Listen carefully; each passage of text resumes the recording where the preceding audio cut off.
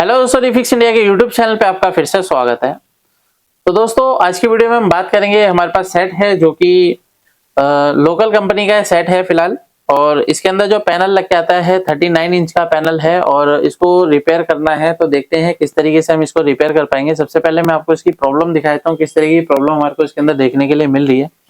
तो अभी हम सेट को ऑन करते हैं और ऑन करने के बाद अगर हम इसकी कंडीशन देखेंगे तो क्या कंडीशन है यहाँ पे अगर आप देखेंगे तो यहाँ पे आप ये देख सकते हैं किस तरीके से इसके अंदर क्या है, लाइनिंग आके और ये है हमारा चला गया है पैनल। दोबारा से हम इसको ऑफ करते हैं और एक बार फिर से चेक करते हैं क्या कंडीशन है एक बार इसकी। तो यहाँ पे अगर आप देखेंगे तो देख सकते हैं किस तरीके से इसके अंदर लाइनिंग आती है और ये पैनल हमारा बंद हो जाता है। तो अगर इस तरीके की दिक्कत आती है तो पैनल का सबसे पहले मैं आपको नंबर दिखा देता हूँ। यहाँ पे अगर आप देखेंगे तो ये पैनल का नंबर है और इसके अंदर जो प्रॉब्लम है वो आपको देख ली है आपने। अभी इसको रिपेयर करेंगे और चेक करते हैं। तो यहाँ पे क्या है, मल्टीमीटर को हम सेट कर लेते हैं डीसी वोल्ट की रेंज पे। जब भी हम पैनल को रिपेयर करते हैं तो सबसे पहले हमारे को बेसिक टेस्टिंग करनी जरूरी होती है। तो यहाँ पे हमने डीसी वोल्ट की रेंज पे इसको सेट करा है और यहाँ पे इसकी हम सबसे पहले जो है वोल्टेज देखते हैं। तो देखिए यहाँ पे हमारे को जो वोल्टेज मिलना चाहिए वो 12 वोल्ट की सप्लाई मिलनी चाहिए। तो यहाँ पे हम देखेंगे तो हमारे को 12 वोल्ट की सप्लाई बिल्कुल परफेक्ट तरीके से देखने के लिए मिल रही है, 12 वोल्ट ओके है। और ये जो 12 वोल्ट की सप्लाई है ये हमारी जाती है डीसी टू डीसी सर्किट में। अगर आप यहाँ पे देखेंगे तो इसके अंदर एक टीकॉन आईसी यहाँ पे लगी हुई है, यहाँ पे इसकी रोम आईसी लगी हुई है। यहाँ पे देखेंगे तो एक डीसी आईसी लगी हुई है, यहाँ पे देखेंगे तो हमारी एक लेवल शिफ्टर है और यहाँ पे हमारी गामा आईसी लगी हुई है। तो सबसे पहले अगर हम इसके अंदर देखेंगे तो हमारे को इसके अंदर जो वोल्टेज मिलेगा सबसे पहले 3.3 वोल्ट की सप्लाई मिलती है। तो अगर आप यहाँ पे देखेंगे तो 3.3 वोल्ट की सप्लाई हमारे को बिल्कुल परफेक्ट तरीके से इसके अंदर हमारे को मिल रही है। 3.3 वोल्ट की सप्लाई ओके है। और ये जो 3.3 वोल्ट की सप्लाई है ये जाती है हमारी जो है टीकॉन आईसी के अंदर। तो टीकॉन आईसी की अगर मैं इनपुट वोल्टेज चेक कर रहा हूँ तो 3.3 वोल्ट हमारे को बिल्कुल परफेक्ट तरीके से देखने के लिए मिल रहा है। 3.3 वोल्ट बिल्कुल ओके है। और ये 3 वोल्ट ओके होने के बाद दोस्तों ये जो वोल्टेज है हमारी रोम आईसी की पिन नंबर 8 पे भी जाती है। तो रोम आईसी की पिन नंबर 8 पे भी 3.3 वोल्ट ओके है, यहाँ पे आप ये देख सकते हैं। तो अभी क्या है कि ऑलमोस्ट हमारी सभी वोल्टेज ओके है, 3.3 वोल्ट जहां जहां पे जानी है और सभी वोल्टेज सभी जगह हमारी ये वोल्टेज प्रॉपर तरीके से जा रही है। इसके बाद हमारी वोल्टेज कौन सी बनेगी भाई?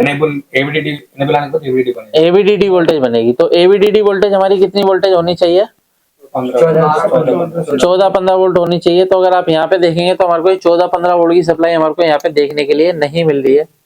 और सबसे ज्यादा पैनल में इस तरीके की दिक्कत देखने के लिए मिलती है कि हमारी जो वोल्टेज है वो ड्रॉप हो जाती है। जब वोल्टेज ड्रॉप हो जाएगी तो हमारे को कंफ्यूजन होती है कि प्रॉब्लम गेट लाइन में है या फिर हमारी हाँ डीसी टू डीसी सर्किट में ये दिक्कत है। तो सबसे पहले हम इसके अंदर ये चीज देखेंगे। तो पहले मैं यहाँ पे सेट को ऑफ करता हूँ, दोबारा से हम ऑन करेंगे तो यहाँ पे देखते हैं कि वोल्टेज हमारा जो है हल्का सा बूस्ट होके हमारा यहाँ पे 0 पे चला जाता है। दोबारा से एक बार देखेंगे, सेट को ऑफ करके मैं दोबारा से ऑन करता हूँ तो यहाँ पे आप ये देख सकते हैं किस तरीके से वोल्टेज आती है और यहाँ पे वोल्टेज एकदम से ड्रॉप हो जाती है।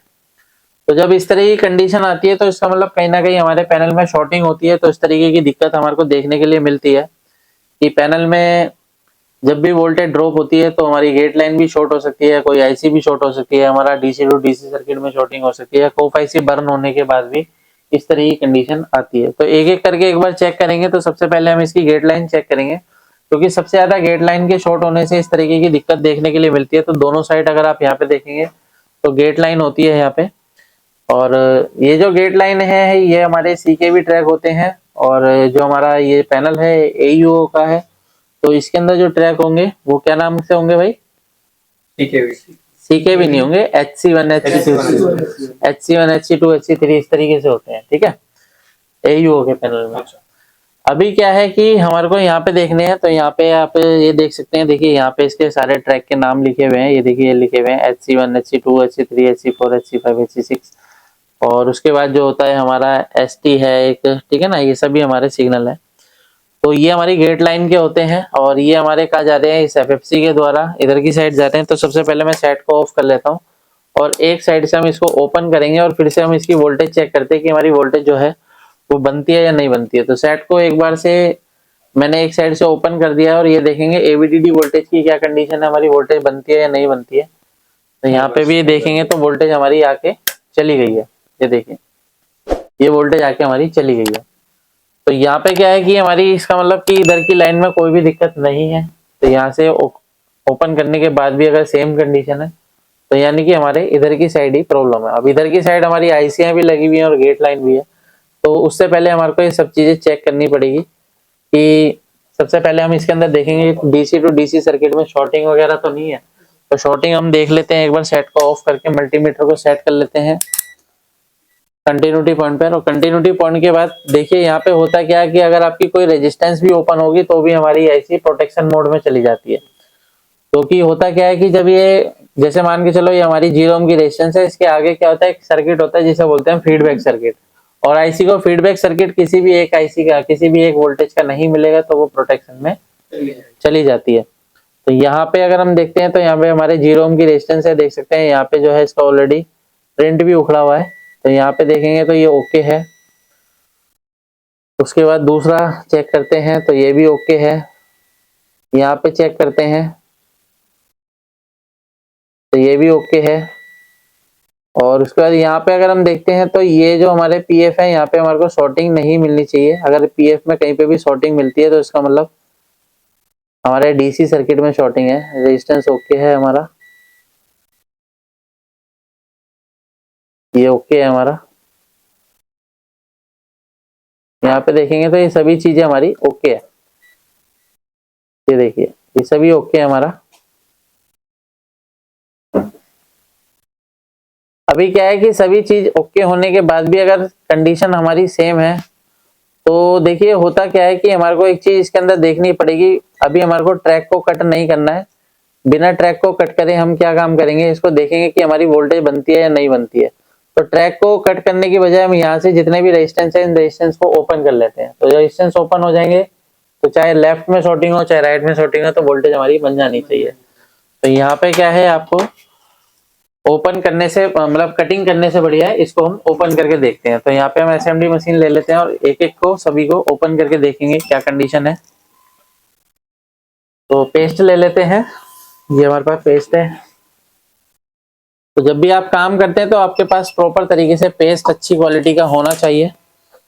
यहाँ पे जो है हम देख लेते हैं जितने भी हमारे रेजिस्टेंस है सबके ऊपर हम पेस्ट लगाते हैं और सभी को हम ओपन करते हैं एक एक करके। तो मैं आपको ओपन करके दिखाता हूँ।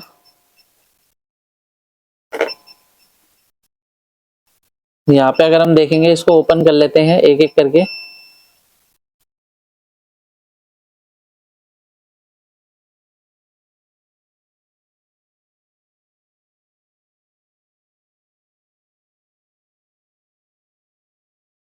तो इसको मैंने ओपन कर दिया है, ये देखेंगे एक एक करके सभी को ओपन कर देते हैं।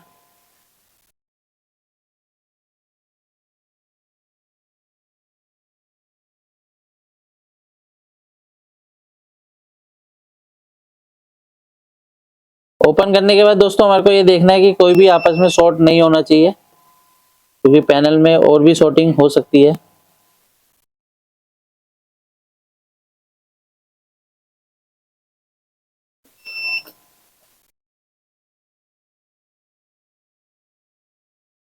तो अभी मैंने क्या काम करा है, यहाँ पे सभी के पॉइंट को देख सकते हैं आपने ओपन कर दिया है।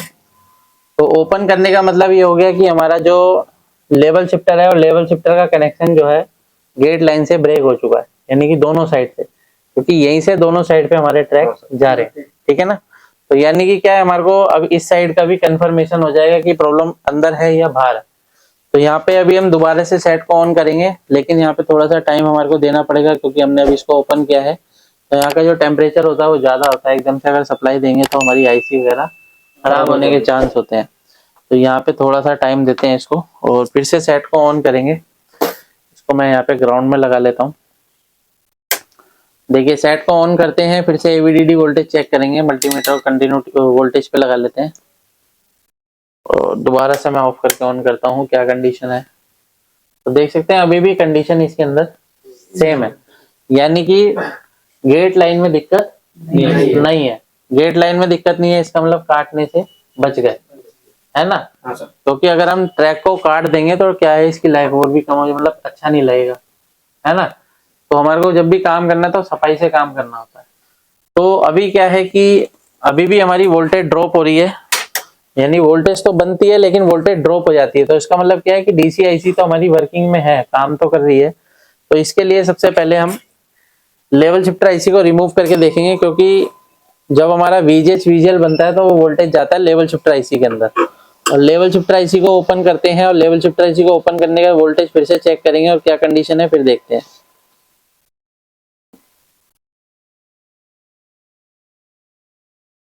तो जब भी आप काम करते हैं तो आपके पास इस तरीके का स्क्रैप रहना चाहिए, सभी चीजें आपके पास होनी चाहिए काम करने के लिए। तो यहाँ पे मैंने इसको ओपन कर दिया है, आईसी मैंने इसकी निकाल दी है और आईसी निकालने के बाद फिर से हम इसकी एक बार फिर से वोल्टेज चेक करेंगे क्या कंडीशन है। तो यहाँ पे अगर मैं इसकी वोल्टेज चेक करता हूँ तो देखिए हमारी 15 वोल्ट स्टेबल हो गई है। तो इसका मतलब क्या है कि हमारा शॉर्ट है। लेवल शिफ्ट आईसी क्या है, शॉर्ट है। तो हमारा ये एवीडीडी वोल्टेज बन गया है, ठीक है। और वीजीएच वीजीएल भी अगर हम चेक करेंगे तो देख लेते हैं। यहाँ पे देखो हमारा वीजीएच वोल्टेज वीजीएल आ रहा है, कितना वोल्टेज है, -9 वोल्ट आ रहा है। और यहाँ पे देखेंगे तो ये हमारा 12 वोल्ट की सप्लाई आ रही है। और यहाँ पे अगर हम वोल्टेज देखते हैं ये भी 11-12 वोल्ट है। इस पे देखते हैं ये भी 11 वोल्ट है। वीएसएस वोल्टेज देखते हैं तो अभी हमारी आईसी लगी नहीं है तो ये प्रॉपर नहीं दिखाएगा। तो यहाँ पे अगर वोल्टेज चेक करते हैं 15 वोल्ट ओके है। यहाँ पे वोल्टेज फिर से चेक करते हैं तो माइनस वोल्टेज हमारी अभी ओके बन रही है और वीजीएच अभी हमारा वोल्टेज नहीं बना है। तो वीजीएच के लिए क्या है, पहले हम इसको लगा के देखते हैं आईसी को और उसके बाद देखेंगे क्या कंफर्मेशन होती है। तो पहले हम आईसी को रिप्लेस करते हैं। तो आईसी को रिप्लेस करने के लिए सबसे पहले हमारे पास आईसी होनी चाहिए। तो ये हमारे पास पीसीबी है जो कि यहाँ पे देखेंगे तो ये ब्रोकन है पीसीबी। तो इसकी आईसी का हम यूज कर सकते हैं। यहाँ पे क्या है, इस आईसी को हम रिप्लेस करेंगे और उसके बाद देखते हैं क्या कंडीशन इसकी बनेगी। तो देखिए आपको जब भी काम करना है बिल्कुल फ्रेश काम करना है।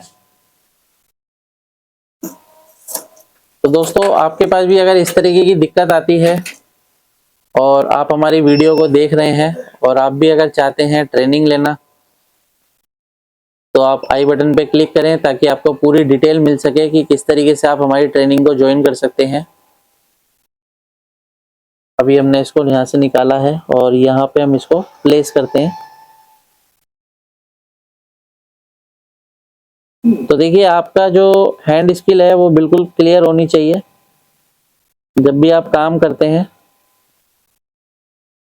तो हैंड स्किल अगर आपकी क्लियर होगी तो आप प्रॉपर तरीके से आईसी को निकाल और लगा सकते हैं, आपको सोचने की जरूरत नहीं पड़ेगी।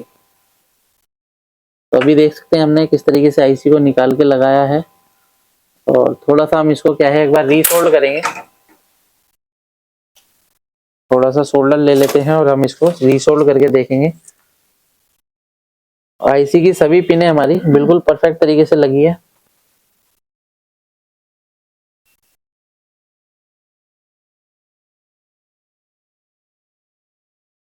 तो अभी क्या है यहाँ पे हम इसको रीसोल्ड करते हैं। ये देखिए ये हमने इसको रीसोल्ड करा है। एक साइड और रीसोल्ड करते हैं इसकी।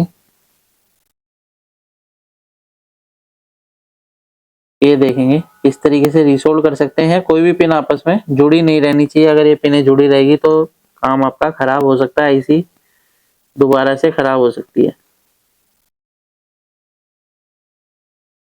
ठीक है, अभी क्या है फिनिशिंग के लिए थोड़ी सी हमारे को हीट देनी पड़ेगी ताकि इसके ऊपर प्रॉपर तरीके से फिनिशिंग आ जाए।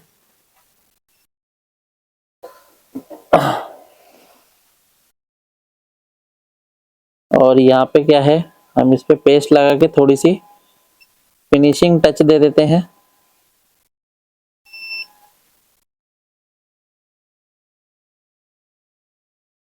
और सभी रेजिस्टेंस को वापस से लगा देते हैं।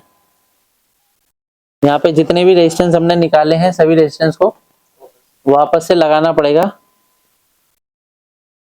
तो इसको मैं वापस से लगा देता हूँ।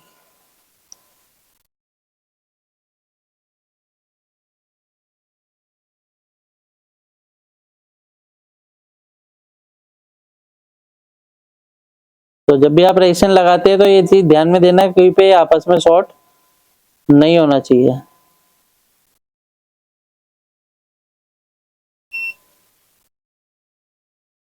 तो यहाँ पे मैंने सभी रेजिस्टेंस को लगा दिया वापस से, और इस पीएफ को भी हम लगा देते हैं।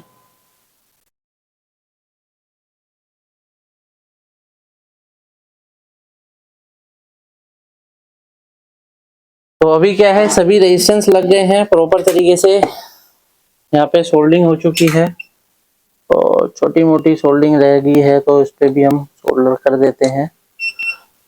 और अभी हमारी आईसी बिल्कुल परफेक्ट लगी है। इसको हमारे को क्लॉथ से साफ करना पड़ेगा, थोड़ा सा थिनर चाहिए होगा, तो इसको हम यहाँ से थिनर से हम इसको क्लीनिंग कर लेते हैं, साफ कर लेते हैं। तो अभी साफ करने के बाद क्या है, आईसी दूसरी लगा दी है। सेट को ऑन करके देखते हैं क्या कंडीशन है। तो सेट की अगर कंडीशन देखेंगे तो सेट पे हमारा पिक्चर प्रॉपर तरीके से बन गई है। प्रॉपर अगर आप देखेंगे तो इसके अंदर बेसिकली क्या थी, शॉर्टिंग थी। शॉर्टिंग की वजह से जो है हमारा पैनल नो पिक्चर की कंडीशन में था। अभी पैनल बिल्कुल फर्स्ट क्लास तरीके से हमारा ये चल रहा है। तो दोस्तों इस तरीके से हम किसी भी पैनल को इजीली रिपेयर कर सकते हैं। वीडियो अगर आपको पसंद आए तो वीडियो को लाइक करें, शेयर करें, कमेंट करें। अगर आप भी एलसीडी एलईडी टीवी रिपेयर की ट्रेनिंग लेना चाहते हैं तो ऊपर दिए गए आई बटन पर क्लिक करें ताकि आपको कंप्लीट डिटेल मिल जाए। Thank you.